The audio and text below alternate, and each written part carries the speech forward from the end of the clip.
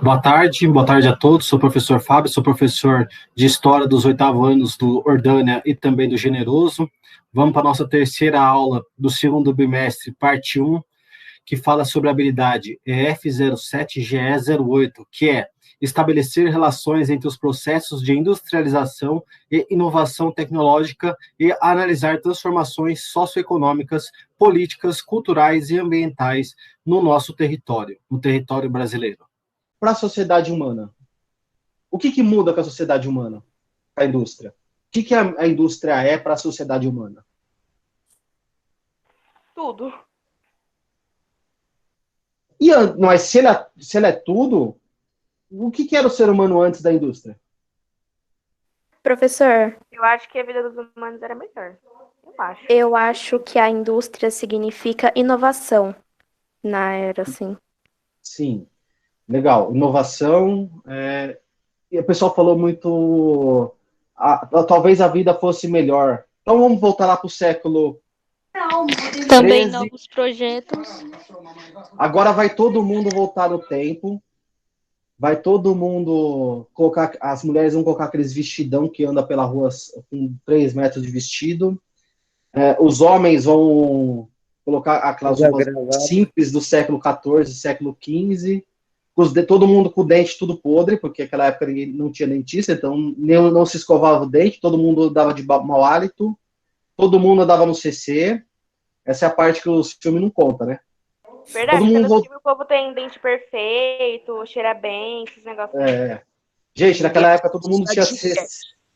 Todo mundo tinha CC, dente podre, doença que demorava meses para se curar. A gente está voltando para esse tempo. Tá? Então, eu quero saber como seria a vida dessas pessoas sem a indústria. É boa, assim, não ia ser não, mas ruim também não ia ser não. Tá, existiria cidades como a gente conhece hoje? Não, acho que não. O que seria uma cidade para vocês sem a indústria?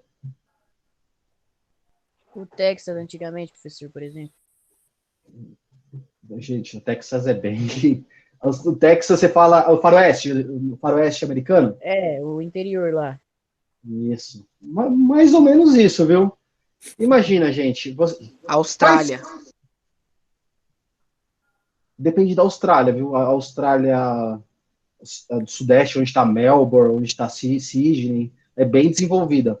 Agora, se você fala a Austrália do Norte, aquela região mais a oeste, onde estão os desertos, talvez. Porém, aquela cidade tem uma vantagem na Austrália. Lá tem bastante ouro. E aquela cidade é extremamente rica. Tem canguru? Tem canguru. O pessoal come canguru lá na Austrália. Carne de canguru dizem que é legal. Mano, Sabia, como eu pensei assim? nisso. Tinha um filme de um cara que tava correndo atrás de canguru que tava com a blusa dele. Dizem os nativos australianos comiam canguru. Mas gente, não quero falar sobre australiano, quero falar sobre indústria. Não, dizem que a carne é excelente. Ah, tá. Deve ter alguém falando. Então vou lá pra Austrália pra provar. Aí depois nasce canguru 19, não sabe por quê. Então vamos voltar aqui para a aula. Espera só um pouquinho. A gente está falando sobre indústria, a gente voltou lá no século passado e a gente está falando sobre as cidades. Como eram as cidades antes das indústrias? Para vocês, qual era realmente a finalidade de se ter uma cidade? Comércio. Ter tudo perto? Tá, mas a gente está lá no século XIV, a gente está com os dentes podres, fedendo a CC, tudo no esquema. Eu quero saber qual era a finalidade de se ter aquela cidade, as cidades naquele período. O pessoal já acertou algumas coisas. Comércio, qual foi o outro que falou? Comércio e... Tudo por perto. Tudo perto. Esse tudo é relativo. Votação. Tá. Agora, vamos supor que o Gabriel Valverde, ele precisa de uma roupa. Como ele fazia para ter uma roupa nesse período? Professor, nessa época aí, eles usavam um monte de coisa diferente para fazer, tipo, roupa. Chinelo não, né? Porque chinelo acho que não tinha, eu não sei. Mas, tipo, é que eu não sei o nome dos negócios, mas eles usavam umas coisas bem diferentes pra fazer roupas. Eles Costura. costuravam, esses negócios aí. É, costura. Aí, o pessoal falou uma profissão, costura. Teria que mandar fazer a demais. roupa, né, professor? Exatamente. A roupa do Gabriel era especificamente para o Gabriel. A roupa para Maria é especificamente para Maria. O sapato para o Arthur é especificamente para o Arthur. Agora vamos a essa pessoa que está fazendo isso, a costureira, o artesão, o sapateiro. Quais seriam o passo a passo para ele estar construindo isso? Na visão Comprar de vocês. tecido. Tinha que Mas comprar tecido. Aprender. Mas você ia Agulha. comprar tecido aonde se não existia indústria? Ah, professor, Então, inventava. Mandar Tinha trazer gente de que algum fazia, lugar? né? É, tipo, tem gente que trazia. Eles exportavam tecidos da, sei lá,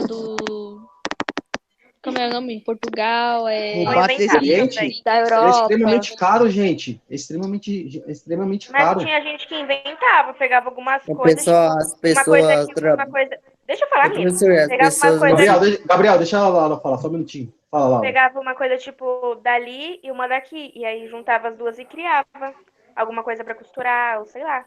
Tinha gente que fazia isso. Eu já vi já. Gente, quando a gente fala nessas cidades do passado, a gente fala em comércio.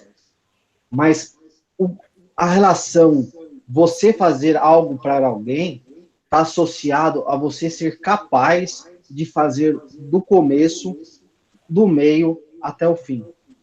Antes, era feito do inverso para o começo. Por quê, professor?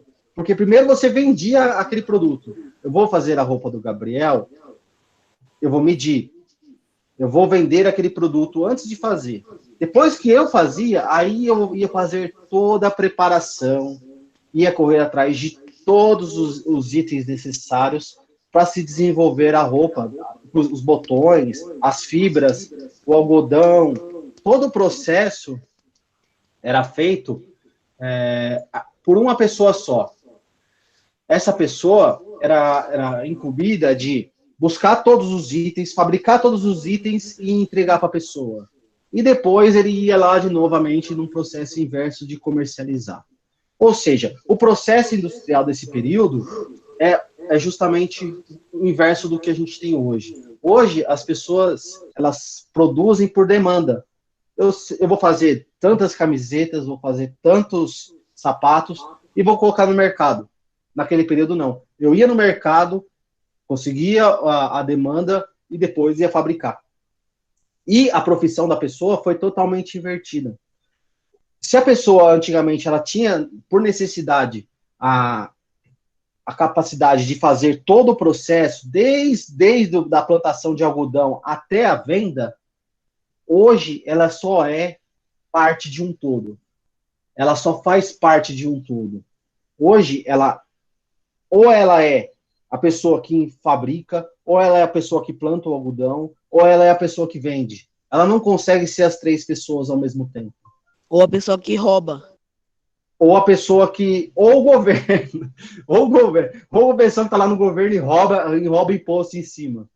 Isso Não, mesmo. mas é sério. Isso aí. Não, isso é verdade. Tem um monte de gente que cobra o dobro, o triplo pelo produto e ganha 3 vezes em cima do fabricante. Mas isso é normal. Isso é uma parte de um todo. Mesmo assim, ele faz parte de um todo. Mas é isso, gente. A indústria fez com que ele tirasse do ser humano a capacidade do ser humano de ser uma pessoa capaz de produzir algo do começo ao fim. Saber todas as etapas de uma fabricação, por exemplo, de um carro. O ser humano não faz a mínima ideia como... Eu, por exemplo, eu não sei exatamente quais são as etapas para fazer um carro. Se eu parar... Eu trabalhei 8 anos na COFAP. Vocês sabem, a Magrete Amarela, ali no Capoava. Sim. Eu trabalhei 8 anos lá. Obrigado. Eu não faço a mínima ideia como que se produz. Eu sei as etapas. Eu sei aonde que faz isso, faz aquilo. Mas eu não sei, gente, como que aquilo funciona realmente. Quais são as engrenagens? Qual que é o primeiro passo? Qual que é o segundo passo? Qual que é... para se montar aquilo. E eu trabalhei 8 anos ali, gente. E se você perguntar para um cara que tem 30 anos, ele mesmo não sabe. Ele é parte de um todo. E assim em todas as cadeias de produção. Você, depois do período conhecido como Fordismo, em que as pessoas passaram a fazer parte de um todo, você perdeu a sua capacidade de produzir algo do começo ao fim. A diferença das indústrias é essa. Ela transformou as cidades. Hoje, as cidades, elas recebem pessoas da área rural. Ela transformou a paisagem, porque ela transformou em um lugar mais poluído. Facilitou as pessoas, porque elas conseguem comercializar produtos que elas precisam com mais facilidade. Porém, tirou delas essa capacidade de ser uma pessoa empreendedora. Vocês estão entendendo, gente? Sim, professor. Sim, professor. Legal. Sim, professor. Claro. Agora a gente vai entrar, agora a gente vai se aprofundar. Isso começou na Europa no século XVII, lá na Inglaterra. A primeira máquina a vapor, e foi conhecida como a primeira Revolução Industrial. A primeira Revolução Industrial está associada ao processo inicial da indústria, que vai fazer com que você comece a ter as primeiras demandas de produtos. Os produtos... Quer falar alguma coisa, Gabriel? Professor. Os produtos, eles começaram a ser fabricados em larga escala a partir do século XVII na Inglaterra. E isso fez com que passassem a transformar a paisagem também na área rural. Não foi só a cidade que foi transformada. Cada vez mais que a indústria começou a crescer, ela trouxe com ela a necessidade de você ter matéria-prima, de você fazer negócios com aquele dono de área para ele produzir tal produto que você precise. O algodão para você fazer roupa, o couro para você fazer sapato, em larga escala. Se antes você fazia por encomenda, agora você faz por demanda. Hoje você precisa fazer várias camisetas e colocar no mercado para vender. Vários tipos de camiseta diferentes no mercado para ele poder vender. Atrair o público. E isso fez com que não só a cidade se transformasse e atraísse pessoas, como também o mercado rural passasse a viver um período conhecido como cercamento. Esse cercamento fez com que a indústria tivesse a matéria-prima necessária. E também ela buscou em outros lugares, como no Brasil, o café, instrumentos para ela produzir cada vez mais. Lembra que eu falei para vocês que o café é um ingrediente chave para manter as pessoas acordadas? Sim. Imagine que para o ser humano, ele estava acostumado até o século XVII a acordar em 1 hora no começo do dia e a parar de trabalhar ao fim do dia. E à noite ele descansa, ele fica com a sua família e assim segue a vida. A partir do momento que você tem a indústria, ela passou a trabalhar 24 horas por dia. Aquela máquina a vapor, ela conseguia trabalhar 24 horas por dia. A segunda revolução industrial, que foi a revolução química no século XVIII, fez com que a demanda por matéria-prima fosse aprimorada. O solo passou a ser mais fértil, você conseguiu ter mais matéria-prima no solo, você conseguiu ter a locomoção de produtos mais rápidos com os trens. Então, olha como uma coisa vai puxando a outra. Associada à locomoção de produtos, também está associada à pressão do Império Britânico pelo fim da escravidão. Olha como o fim da escravidão não foi uma bênção divina, e sim uma necessidade financeira. Observem também que a segunda revolução industrial facilitou a locomoção de pessoas para lá e para cá. Assim, cada vez mais você teve contatos com outras culturas, e essas outras culturas lhe favoreceu produtos diferentes que você não tinha. Quando o Império Britânico está em ascensão, nasce um novo império na Europa, que é o Império Germânico. Esse Império Germânico vai conflitar em interesses industriais com o Império Britânico. E daí a música que eu coloquei para vocês, que fala sobre a Primeira Guerra Mundial. Então, gente, toda vez que a gente falar sobre indústria, a gente tem que lembrar que a indústria traz consigo várias consequências. Esquecendo todo esse processo, a gente vai para o Brasil. Brasil, 1500 até 1800, a colônia de Portugal. De 1822 até 1889, Brasil Império, com os dois reinados, Dom Pedro I e Dom Pedro II. Durante todo esse período, escravidão. Durante todo esse período, Brasil monocultor. Monocultor primeiro do quê? Do pau-brasil. Depois a gente tem a monocultura da cana-de-açúcar, que fica por um grande período atendendo as demandas do açúcar na Europa. Depois, o preço do açúcar cai porque o Oriente começa a produzir também açúcar, faz com que o preço caia. O Brasil é obrigado a implementar uma nova monocultura, que foi a do café, para atender justamente a demanda das indústrias. E tudo isso baseado na mão de obra escrava. O Brasil se viu pela mão de obra monocultora até 1930. Esse período no Brasil teve até 1989 a mão de obra escrava, e depois passou de 1989 até 1930 a mão de obra imigrante, que foi a chegada dos imigrantes. Consequentemente, o Brasil se acostumou a ser um monocultor, mas ocorreu um grande problema histórico para o Brasil, que foi a queda da Bolsa de Nova York, que fez com que todos os preços de todos os produtos caísse. Caísse por quê? Por causa da lei da oferta e da procura. Quando você coloca muito produto no mercado, o que acontece com o preço? Aumenta. Ele cai. Despenca? Quando você tem excesso de demanda no mercado, o preço do produto cai. Quando você tem falta do produto no mercado, o preço do produto Aumenta. sobe. É por isso que normalmente em atacadão os preços são mais baixos no que você. Aumento de demanda. Se você tem mais demanda, você consegue ter mais oferta. Então, em 1930, você imagina que o mundo viveu um período glorioso, que foi o começo da Revolução Industrial, vai passar por todo o processo industrial até 1930. Você tem a Primeira Guerra Mundial que interrompe isso, mas depois ela volta a trabalhar a todo vapor, mas você não tinha uma população suficiente para consumir tudo aquilo que era produzido.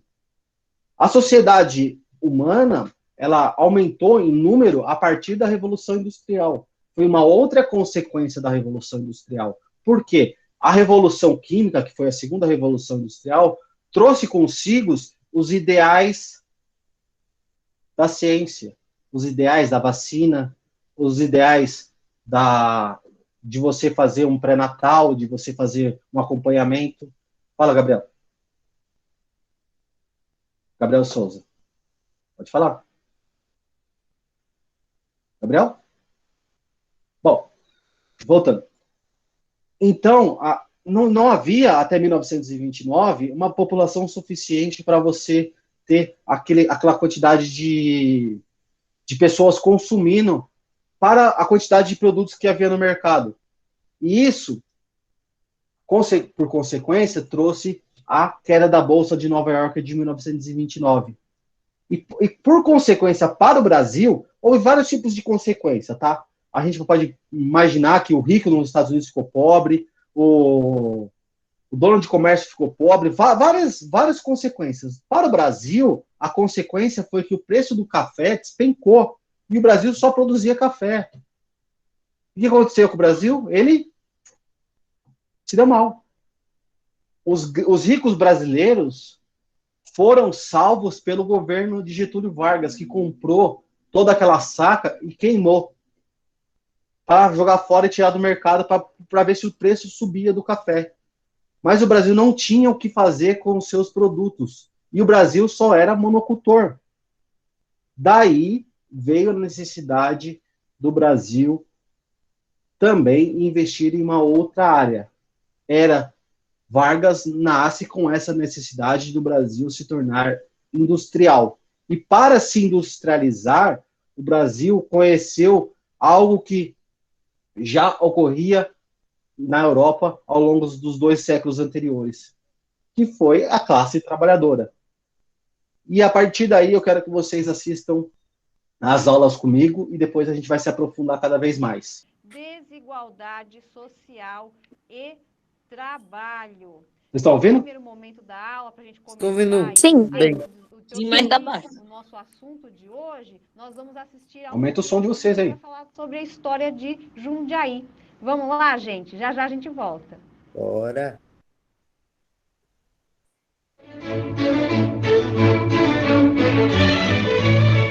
Encravada na Serra do Japi, uma das mais importantes reservas ecológicas do estado, Jundiaí orgulha-se de seu patrimônio natural.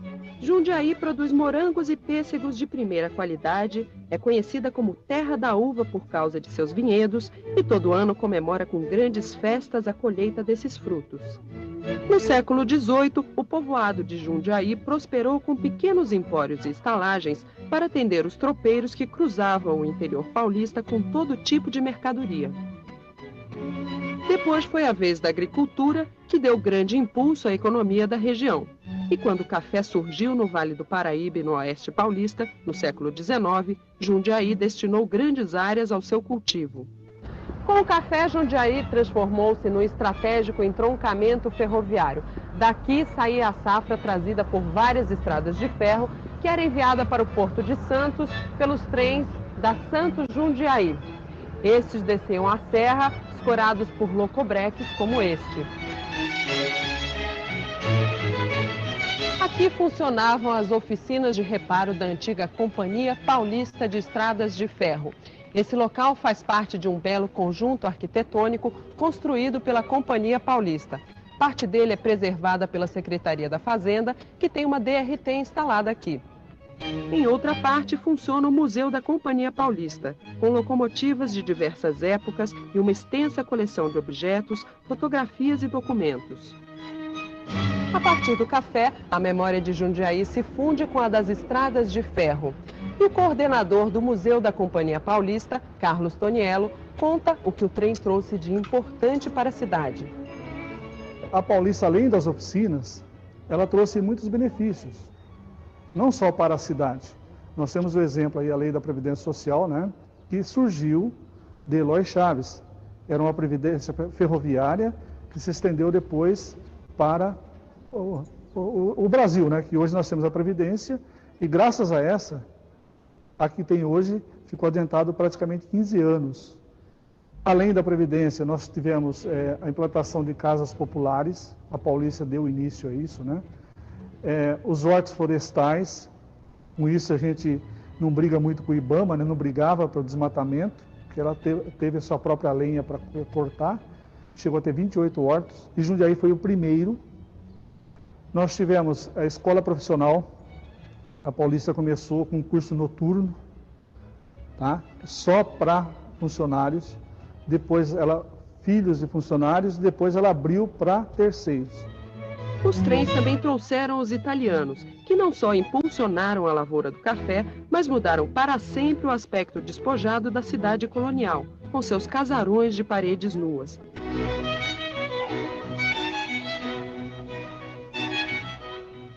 A Biblioteca Municipal mistura vários estilos de arquitetura europeia.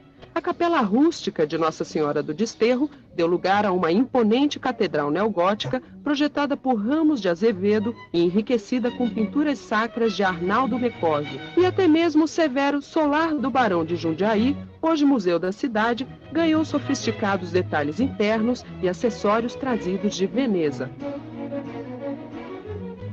No século XX, os italianos contribuíram para a industrialização da cidade através de marcas como Vigorelli e Milani.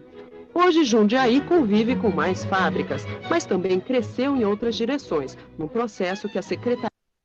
Good grammar and spelling are important, but if you want to write essays that inspire... A Secretaria da Fazenda acompanha desde 1997. De 1997 para 1999, a arrecadação anual do ICMS em Jundiaí subiu de 308 para 352 milhões de reais. A DRT-16 é uma delegacia nova, é a caçula das delegacias, são 36 municípios. Foi criada em 1997 e, quando de sua criação, a delegacia respondia por aproximadamente 3,5% da arrecadação do Estado. Atualmente, nós estamos atingindo cerca de 5%, o que é significativo, uma significativa evolução da arrecadação. O município de Jundiaí tem tido uma participação bastante relevante na arrecadação do ICMS e o seu valor adicionado também é interessante. E isso permite que a coletividade receba os benefícios. Jundiaí hoje é cortada por excelentes avenidas, está ajardinada, as regiões periféricas estão recebendo melhoramentos, enfim, toda a coletividade vem recebendo os frutos da participação do município, que corresponde a 25% da arrecadação do imposto do ICMS é distribuído aos municípios, e Jundiaí vem se beneficiando disso. Com mais de 400 mil habitantes, hoje Jundiaí tem o maior índice de leitos hospitalares do interior paulista e o menor índice de evasão nas escolas de primeiro grau. Isso é qualidade de vida. Em boa parte, vem dos impostos que a cidade arrecada.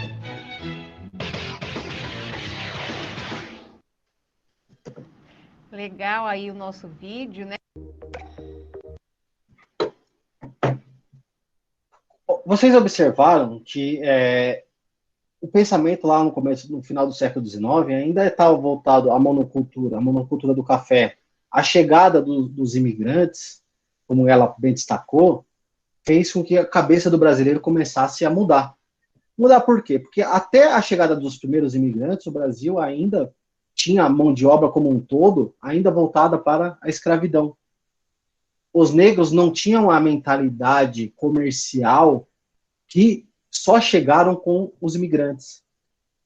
E vocês observaram também que a questão daquele processo do trem. O trem que saía lá do interior paulista, carregado de itens primários, como café, e escoavam em Santos, passando pela Paranapiacaba, onde a gente tem a cidade de Santo André. E esse processo fez com que o Brasil se tornasse, naquele período, ainda extremamente atrasado em relação à Europa. A Europa já vivia uma industrialização em massa. Várias e várias cidades da Inglaterra, Alemanha, Espanha, já eram cidades poluídas, já tinham seus problemas sociais por causa das indústrias, enquanto o Brasil ainda estava num atraso mental. Esse atraso mental só vai mudar lá em 1929. Outra coisa importante que vocês têm que entender é exatamente essa pergunta que está aí na tela. Quais são os estados que tinham maior potencial de indústria do século XX? A indústria no Brasil, ela só vai chegar no período da crise de 1929. Antes disso, o Brasil não tinha essa visão de mundo de você precisar de fazer indústria. O Brasil vivia um período conhecido como café com leite. Aquele período onde o Brasil, São Paulo e Minas Gerais dividiam a presidência da República e os interesses eram voltados apenas a esses dois modelos monocultores, a atender a demanda externa. O Brasil, hoje, no século XXI, ainda é extremamente dependente desses produtos primários, conhecidos como commodities. O minério de ferro, a soja, a laranja, a carne, ainda é. O Brasil exporta para fora mais da metade do seu PIB. E metade disso para os chineses. Então, o Brasil ainda é muito dependente de produtos primários. Mas nessa época em que ela está mostrando do nascimento da indústria no Brasil, o Brasil era ainda mais.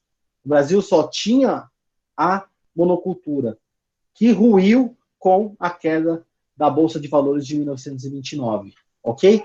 Então, quais são os estados que tinham maior potencial no início do século XX? Eram os estados que possuíam locomotivas para escoamento de produtos. Eram locais onde você tinha o mínimo de comércio ou o mínimo de negociações. Negociações que eram inicialmente baseadas na monocultura, como o café, que se realizavam ali na Avenida Paulista, ou se realizavam no Rio de Janeiro. Por quê? Porque ali estavam os dois grandes centros de produtos ligados ao café. O café era o principal produto naquele momento. E as principais cidades produtoras eram o interior paulista e o sul do Rio de Janeiro. Por quê? Por causa do solo rico.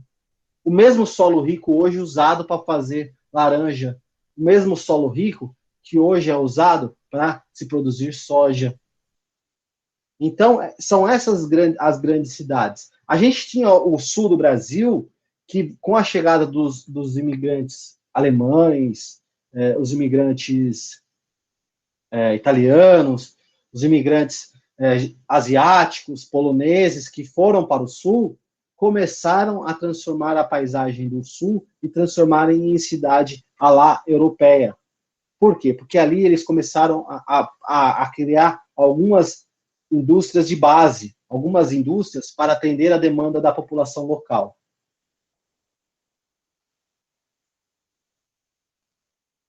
Vou passar um pouquinho para frente o vídeo aqui para a gente poder continuar. O Rio de Janeiro, como era a capital, né, então também a economia também se centralizava, e aí então algumas fábricas também surgiram no Rio de Janeiro, que na época, final do século XIX, início do século XX, era a base da economia brasileira com a cafeicultura, da cafeicultura com a crise do café, né, a crise da Bolsa de Nova York em 29, se transforma aí no berço da industrialização, e o Rio de Janeiro, como era a capital, né, então também a economia também se centralizava, e aí então algumas fábricas também surgiram no Rio de Janeiro. Então a base industrial, que até hoje, né, nós temos essa confluência entre São Paulo e Rio, foi São Paulo e Rio de Janeiro. Vamos aí para a próxima tela e nós vamos ver as etapas da industrialização brasileira. Então a primeira etapa aqui foi de 1500 a 1808, o Brasil era colônia, né, a base da indústria era ligada aos engenhos e a produção era artesanal. A segunda etapa, que vai de 1808 a 1930, a chegada da família real portuguesa em 1808, o declínio do café, as tarifas Alves Branco, indústrias ligadas à produção de alimentos, tecidos, entre outros. A terceira etapa, que vai de 1930 a 1955, a construção de vias de circulação de mercadorias, matérias-primas e pessoas, né, principalmente automobilística, né, e as estatais. E na quarta etapa, o início em 1955, com a abertura da economia e das fronteiras produtivas, novas frentes industriais e implementação da moeda atual. Quando a gente fala nessas etapas, então quando fala da atual moeda, né, a gente tem que entender que é 1993, 1954. Então, a partir de 1955, como é a questão da primeira e da segunda etapa, que na segunda etapa fala declínio do café, principalmente a partir de 1929, e aí veio o surgimento da industrialização.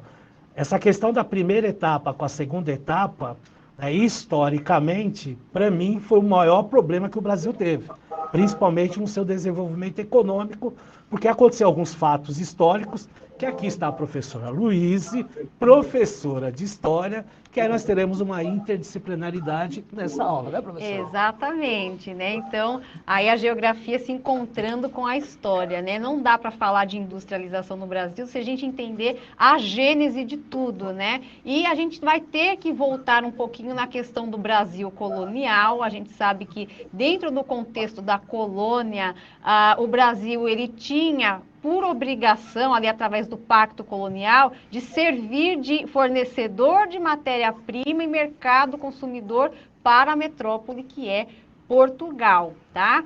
Um dos exemplos disso é a própria lei que proibia a instalação de fábricas ou manufaturas no Brasil, que é uma lei de 1785, né, colocada em vigor pela rainha portuguesa Maria I, né, Claro que não dá para a gente ler o teor da lei pelo documento, mas a gente falou que nós veríamos alguns documentos históricos. Abaixo nós temos o link, aí quem quiser tirar print da tela pode tirar, para depois pesquisar lá no Arquivo Nacional um pouco mais, ter acesso ao documento original. Mas o teor dessa lei aí é proibir fábricas e manufaturas. E aí, na lei, a Maria I dá alguns exemplos do que ela não quer que seja instalado aqui, que são fábricas, né, de beneficiamento, por exemplo, de ouro e prata. Nesse momento, aí, século XVIII, está bombando a extração do ouro no Brasil, né? Só que o Brasil teria que extrair esse ouro. Portugal faria o controle, mas esse ouro iria todo para Portugal. Não poderiam ter uma empresa exploradora de ouro e prata independente aqui no Brasil. E outra que ela reforça muito que não pode ter é a indústria têxtil, né? Ela fala bem isso na lei, vamos dar uma olhadinha aí só para vocês terem acesso aí à visualização, né, do documento. Ali ela fala de muitos tecidos, né, linho, lã, né, fábricas que formam os fios para fazer tecidos. Os tecidos só podem ser tecidos rústicos, né, de algodão cru, não pode seda, não pode cetim, não pode tafetá, justamente porque esses tecidos mais nobres eram fabricados na Inglaterra. Também no século XVIII, nós temos a Revolução Industrial, né, lá na Inglaterra, e a indústria têxtil inglesa está bombando, né, a maioria dos tecidos vendidos no mundo, né, eram tecidos ingleses, e Portugal era um grande cliente aí da Inglaterra na questão dos tecidos. Então, Portugal funcionava meio que como um atravessador, um intermediador, né, comprava tecidos nobres, tecidos finos, mais trabalhados da Inglaterra, para atender o mercado de Portugal e também para revender para a colônia. Como eu falei para vocês, o Brasil deveria, pelo pacto colonial, servir como mercado consumidor dos produtos que Portugal venderia ali para a colônia, tá? Mas acontece um fato aí, em 1808, que é a vinda da família real portuguesa para o Brasil, né? Que também tem tudo a ver com a Inglaterra e com a França, né? Inglaterra e França eram rivais. Naquele momento, Napoleão Bonaparte era o imperador da França e ele decide colocar o bloqueio continental na Europa, né? Proibindo que os países comercializassem com a Inglaterra, né? Para enfraquecer a Inglaterra economicamente. Portugal, ali, né, professor, não sabia o que fazer, né, e agora eu atendo a Inglaterra, que eu sempre comprei, ou vou obedecer ao Napoleão Bonaparte? A decisão da coroa portuguesa foi fugir, vir para o Brasil em 1808, e aqui eles encontram um lugar economicamente, né, até pela visão eurocêntrica, economicamente atrasado, né, não tem indústrias, não tem um comércio forte, e aí vem a lei, né, que revoga as proibições de instalação de manufaturas. Vou pedir para colocar a tela anterior, onde tem o documento lá, onde esse alvará revoga a proibição das fábricas e manufaturas, ou seja, agora que a família real está no Brasil, agora pode ter manufatura. Até ali no trecho da lei ele fala assim, não queremos inutilizar o potencial do Brasil, frustrar os... Lembra que eu sempre falo para vocês, toda lei, todo processo político tem interesse por trás. A primeira lei que proibia o Brasil de produzir aqueles tipos de produtos era para favorecer claramente quem produzia aquilo na Europa, que era os ingleses. Essa segunda lei já visa mais uma vez ajudar os ingleses que foram aliados na vinda da família real para o Brasil e também uma forma de constranger ainda mais Napoleão Bonaparte, que queria invadir Portugal. Então, a chegada da família real ao Brasil, a abertura dos portos, foram um favor, ou foram uma troca ocorrida com os ingleses para a proteção marítima da vinda da família real para o Brasil. Professor, vocês vão ver... Pode falar, Laura. Provavelmente ela não vai acabar 5 horas, porque quase que a gente ficou conversando, né? Então você pode falar que horas que ela acaba? É só esse vídeo, tá? Por hoje. Tá bom. A hora que acabar esse vídeo, a gente termina. por hoje. Aí eu vou chamar vocês para vir assistir outra aula comigo na quinta-feira, às 16 horas, tá? Tá. Sim, sim. Vantajosos proveitos, né, que a indústria... esse vídeo. Tem mais, acho que uns 20 minutinhos, porque eu vou passando ele rapidinho, tá? Só vou pegando as partes importantes. Pode promover, né? Detalhe, quem revogou esta lei que proibia as fábricas foi Dom João VI, filho da Maria I, que também veio para cá. Ou seja, agora que eles estão aqui, eles querem indústrias. Exatamente, até porque, né, o Brasil se tornou, já era, né, a principal colônia de Portugal, daí a vinda da realeza portuguesa faz com que o Brasil se centralize aí nessa questão, né, da metrópole portuguesa, né, professor? Exatamente. Então, eu queria falar para vocês, com a chegada da família real ao Brasil, além da abertura dos portos, o Brasil passou a comercializar com outros países, trouxe consigo a necessidade do Brasil ter as suas próprias imprensa, a sua própria fábrica para produzir as necessidades do reinado, e isso vai começar a abrir a mente daquelas pessoas que viviam aqui no Brasil. Elas vão querer cada vez mais comercializar com outros povos a qual elas não tinham acesso antes.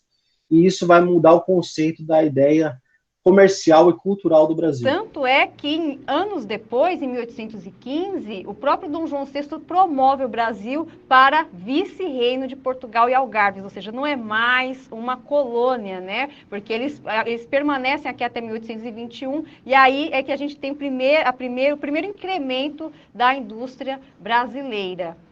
Então, muito obrigado pela essa, né, aula maravilhosa de história dentro da aula de geografia, porque é importante, como a professora ressaltou, a industrialização brasileira tem um histórico, né, muito abrangente aí, que vem desde a colonização, porque antes da proibição nós tínhamos algumas fábricas, né, que produziam para o próprio consumo aqui do Brasil, mas que foi proibido, e aí isso fez um atraso enorme para o Brasil, porque tem que lembrar que a Revolução Industrial na Inglaterra, em meados do século XVIII, né, estava bombando a Europa, né? Então esse é um fator importante aí para mostrar esse atraso que nós temos aí da nossa industrialização. Vamos dar uma continuidade, ver um pouco mais de um histórico do início da industrialização brasileira. Então acompanhem na tela.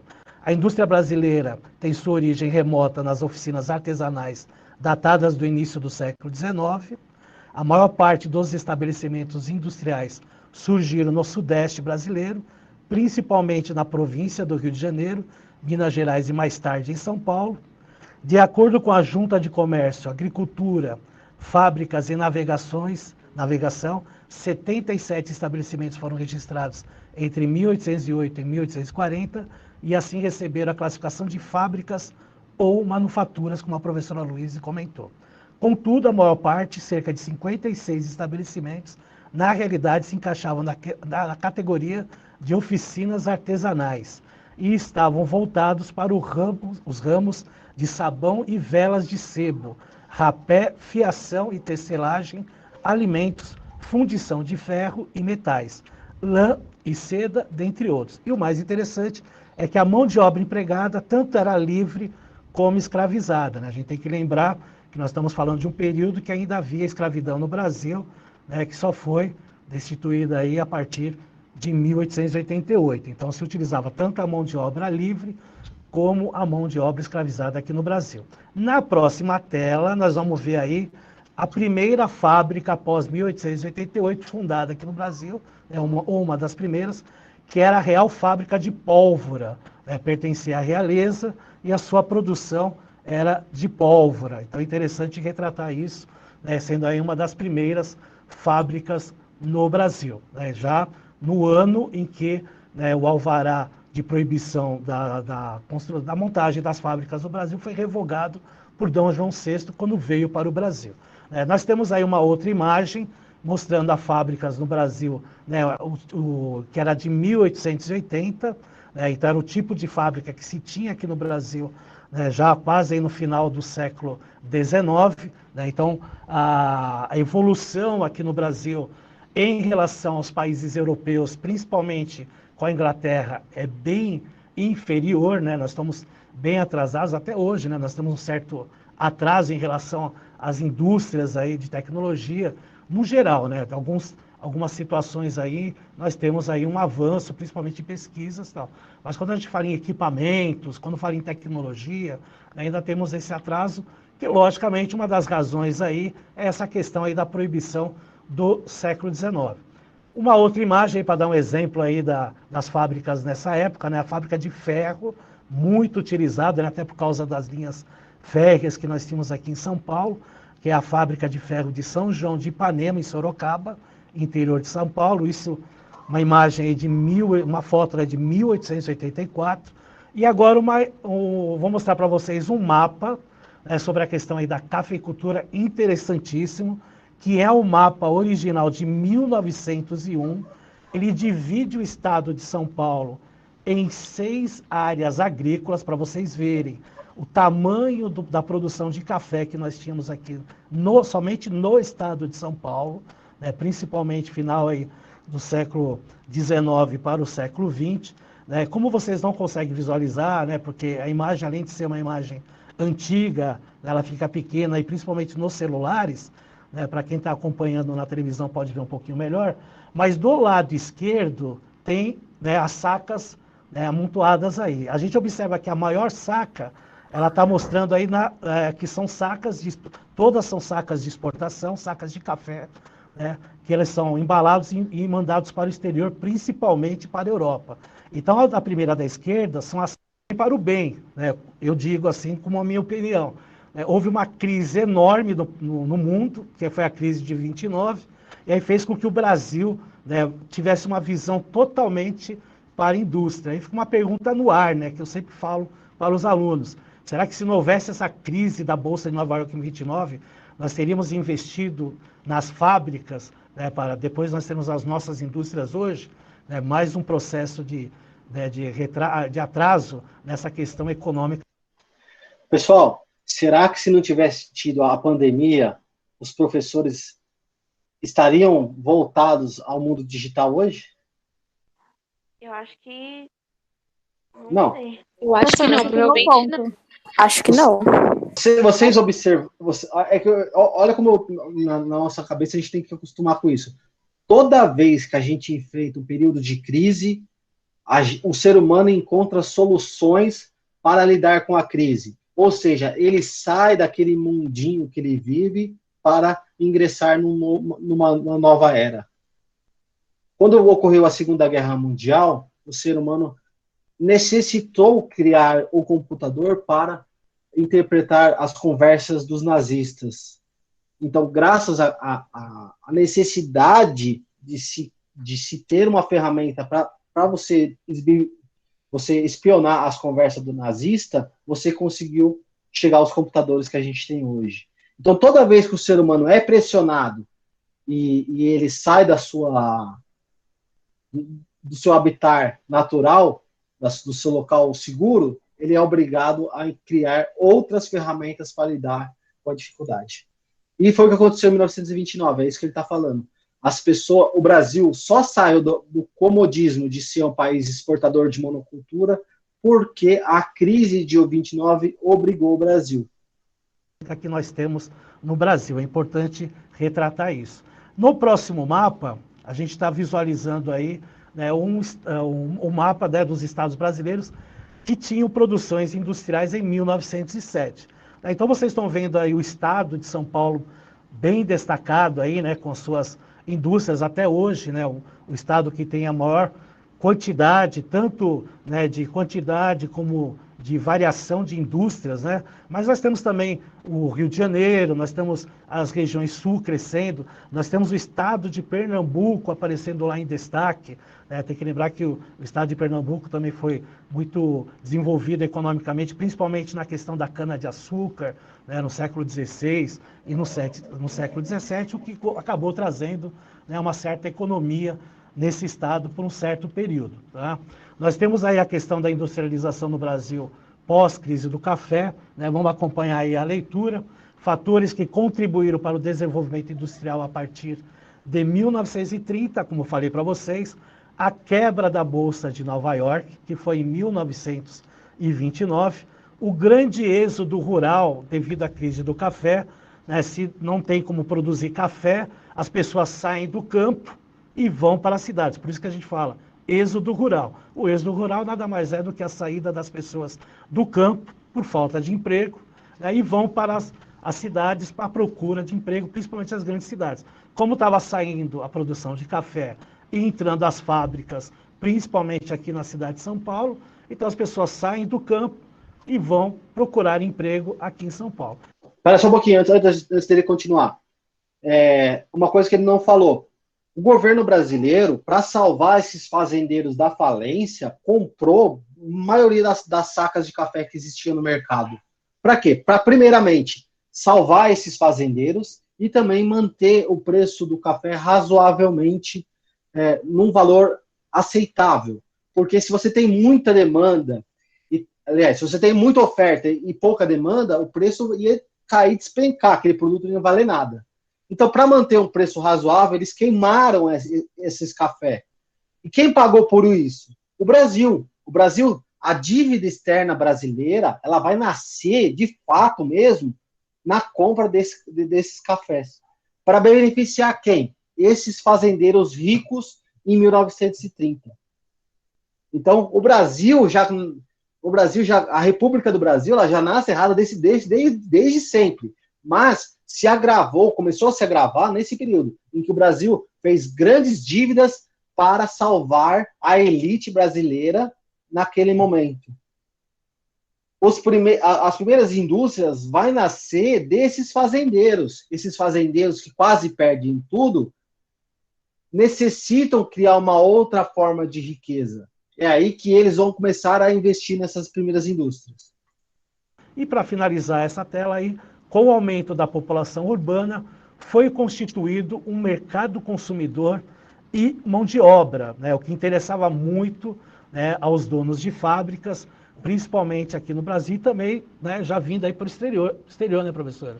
Exatamente. Então, como o professor bem pontuou aí, a gente fica mais uma vez demonstrado quantos investimentos, né, o olhar... Recebe aí investimento dos ex-cafeicultores. Essa primeira metade do século XX, alguns outros fatores históricos vão acabar contribuindo para esse desenvolvimento da indústria brasileira, que é o que a gente vai ver nessa próxima tela aí, né, professor? Exatamente. Então, a partir aí de 1930, né, olhando aí, acompanhando aí na tela, vocês têm, entre 1930 e 1955, o setor industrial recebe aí investimento dos ex-cafeicultores, né, aproveitando aí a base cafeicultora, passa para as indústrias, né, as fábricas.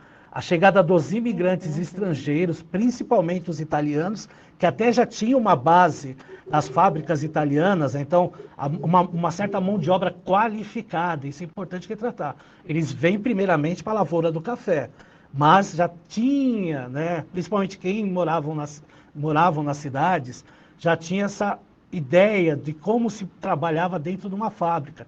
Então, era uma mão de obra qualificada também para as fábricas aqui no Brasil, né? Nós tivemos também a difícil importação de produtos em decorrência da Primeira Guerra Mundial, né? Lembrando que a Primeira Guerra Mundial foi de 1914 a 1918, então também intercala esse período entre guerras, né? Que depois da Segunda Guerra Mundial vem em 1939, então é um período entre guerras, e o começo da formação da classe média urbana consumidora, é o interesse aí das fábricas, porque se você quer ganhar dinheiro produzindo, né, os seus produtos, você precisa ter um mercado consumidor interno.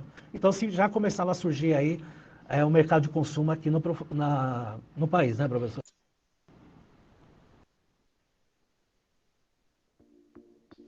Cite dois fatores que contribuíram para a industrialização do Brasil até 1930.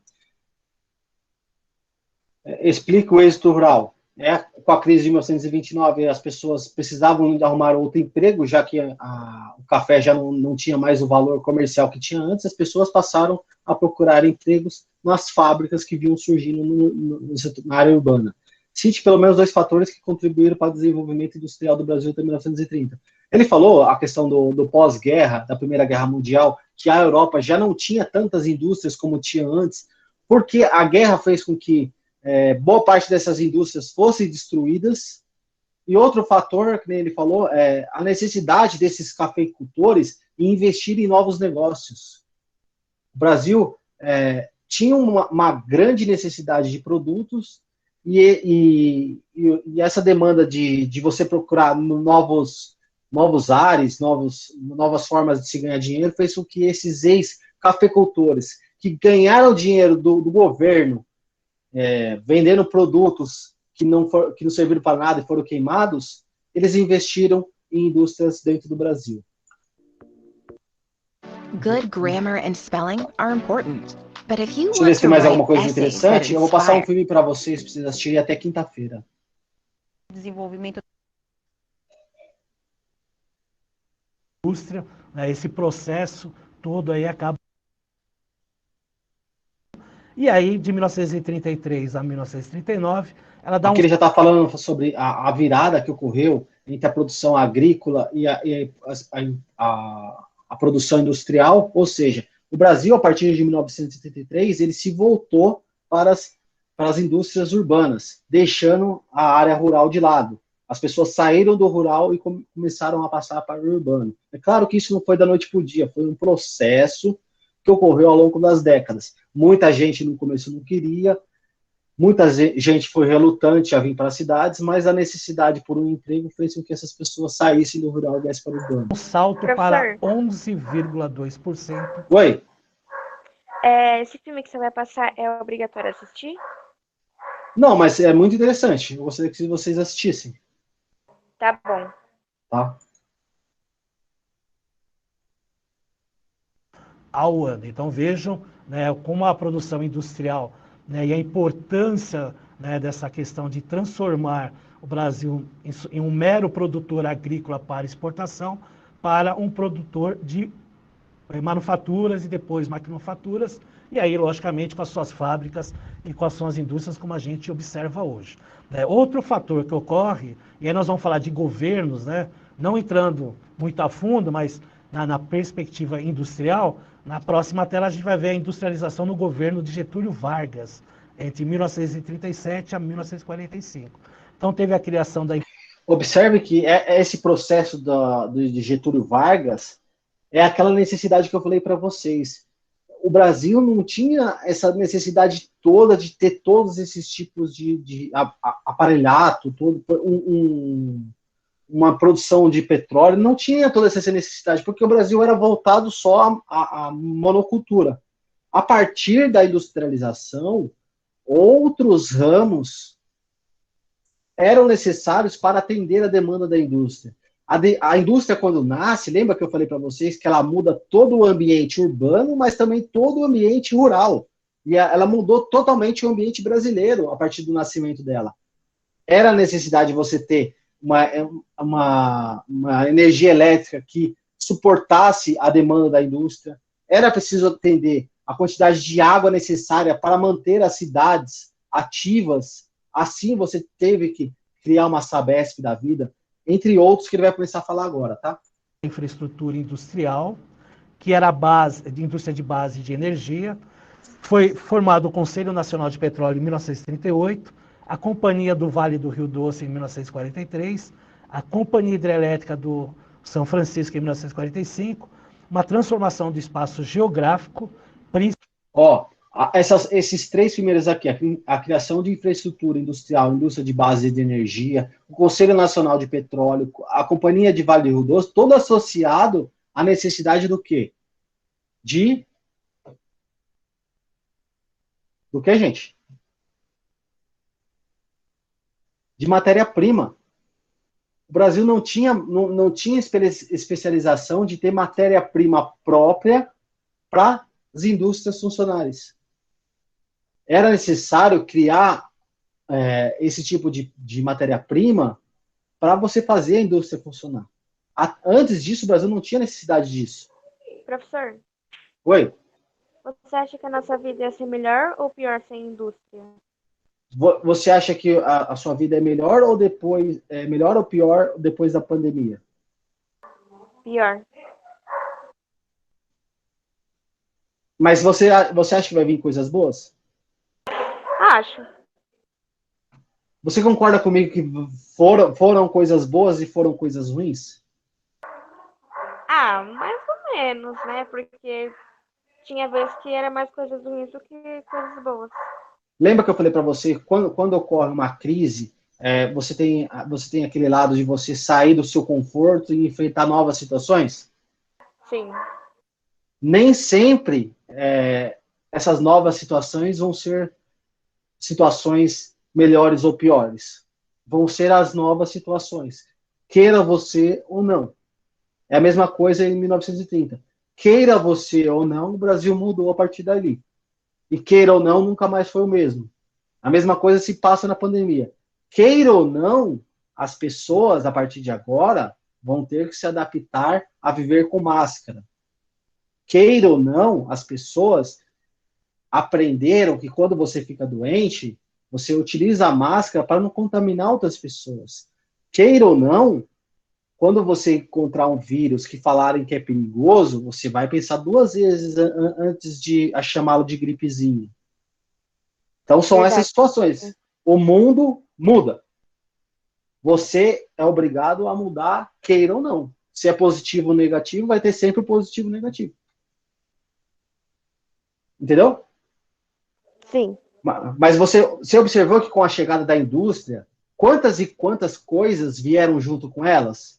Quantas e quantas matérias-primas foram criadas para atender a demanda da indústria? Tanto coisa boa, tanto coisa ruim, né? Então, mas foram necessárias para a gente ter o mundo que a gente tem hoje, correto?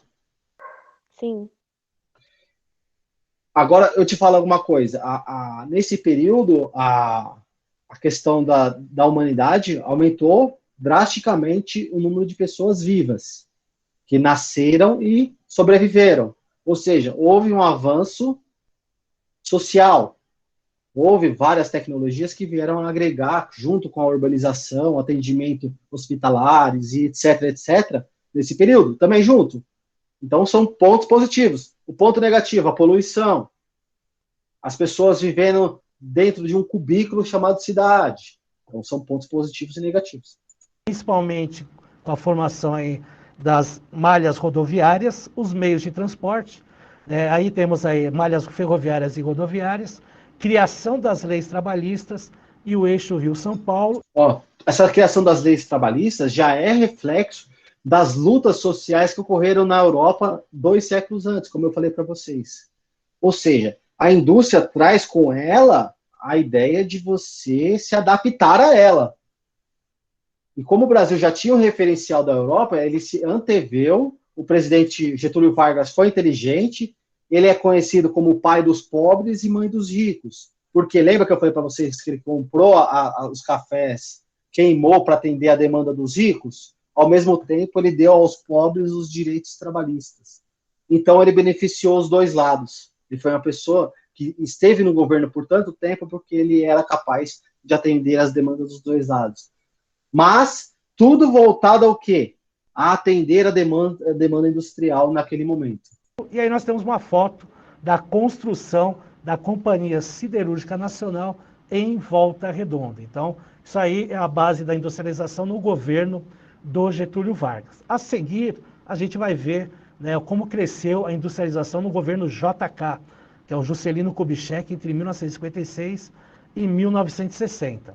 Então, o governo JK é considerado nacional desenvolvimentista, desenvolvimento das áreas urbanas, abriu a economia para o capital internacional, atraiu indústrias multinacionais, instalação de montadoras de veículos internacionais Ford, General Motors, Volkswagen e Willys em território brasileiro, e a dívida externa brasileira e a alta inflação.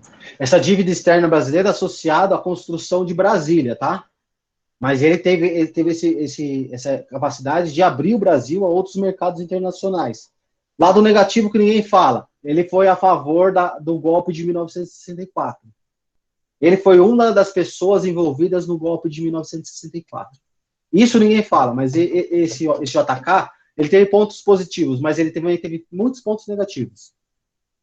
Nós temos até uma imagem aí mostrando, né, o JK inaugurando a fábrica da General Motors em São José dos Campos.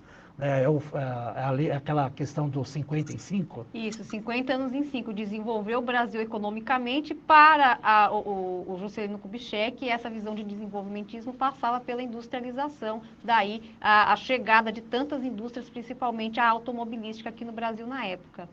E aí, com o desenvolvimento desse período, o governo Getúlio Vargas, do governo Juscelino Kubitschek, é lógico que nós temos aquela fase denominada do milagre econômico. Então, vamos acompanhar aí na tela. Muita gente fala década de 70, milagre econômico, mas na realidade, esse milagre econômico ocorreu no período de 1968 a 1973.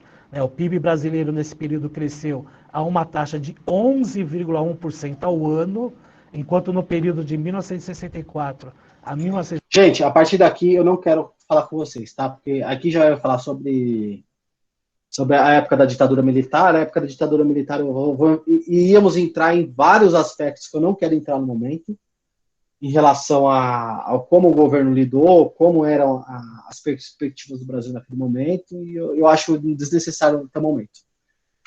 O filme que eu quero que vocês assistam é esse aqui, ó.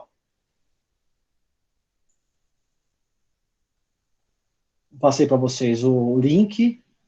Eu vou compartilhar a tela com vocês. Se vocês puderem assistir até quinta-feira, vai ajudar bastante. Professor?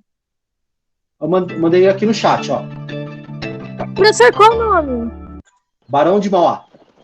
Ok, obrigado. Vocês estão vendo aí na tela? Sim, então, professor, calma. Esse filme é obrigatório assistir para quinta-feira te contar? Não é obrigatório, mas aquilo que foi não é obrigatório comigo, Yasmin. Tenta colocar uma coisa na sua cabeça. Tudo comigo funciona, eu tô dando uma dica. Assista isso que vai te ajudar a entender o processo como um todo. E você vai lembrar desse filme pro resto da vida, além de ser legal. Já tá nada no comigo é YouTube. obrigatório. Gente, assistam lá, vocês vão gostar. Vai falar sobre a mente do Brasil, a mente libertária do brasileiro, lá no século XVIII, com as primeiras formações ferroviárias, e como ele lidava com o atraso mental de outras pessoas. É super interessante. O atraso mental de outras pessoas, eu estou falando do imperador Dom Pedro II. Tá bom, professor, vou assistir. Se der. Então, pessoal, quinta-feira, 4 horas da tarde. A gente pode continuar? Pode. Professor, uma pergunta. Tem mais alguma coisa para falar? Porque preciso dar uma saidinha. Não, já tô encerrando a aula, gente. Então, Tá bom, até tchau, até obrigada. quinta-feira, 4 horas da tarde. Tchau, professor. Até a próxima Tchau, aula. professor. Tchau, Tchau, Falou, galera. Tchau, galera. Tchau.